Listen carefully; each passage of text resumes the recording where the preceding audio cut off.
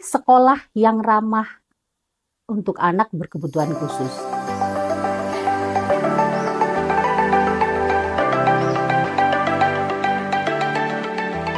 Memasukkan anak gangguan pendengaran ke sekolah reguler bisa menjadi langkah yang positif untuk perkembangan sosial, akademis, maupun bahasanya.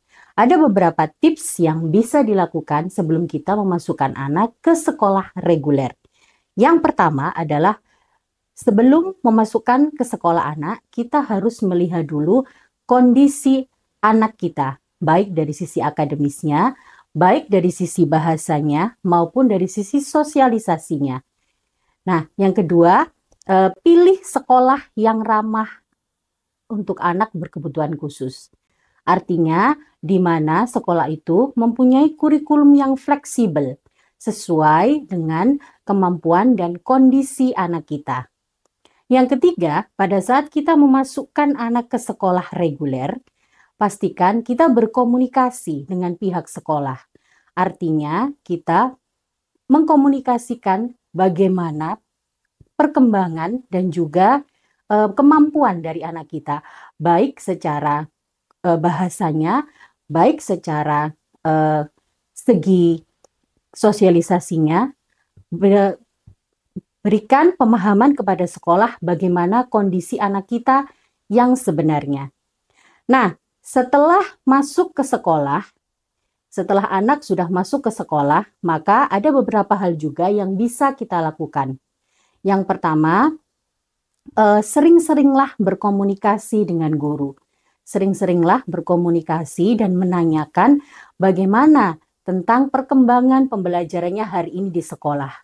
Apa yang bisa, apa yang belum bisa, apa yang perlu dikembangkan, dan apa yang perlu untuk ditingkatkan lagi.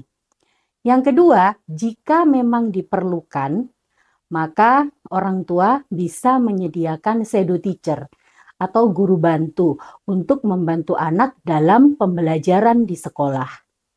Yang ketiga, dorong kemampuan bantu anak untuk meningkatkan kemampuan sosialisasinya. Contoh adalah dengan mendorong anak untuk kegiatan dalam bermainnya, baik di dalam sekolah maupun di luar sekolah.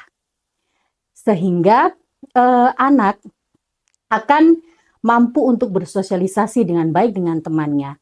Begitu juga latihlah sosialisasinya di rumah dengan cara mengajarkan bergiliran, mengajarkan kata tolong setiap kali dia ingin meminta bantuan, dan juga mengajarkan cara bagaimana menyapa, dan lain sebagainya. Yang terakhir, yang ketujuh adalah konsistensi di rumah.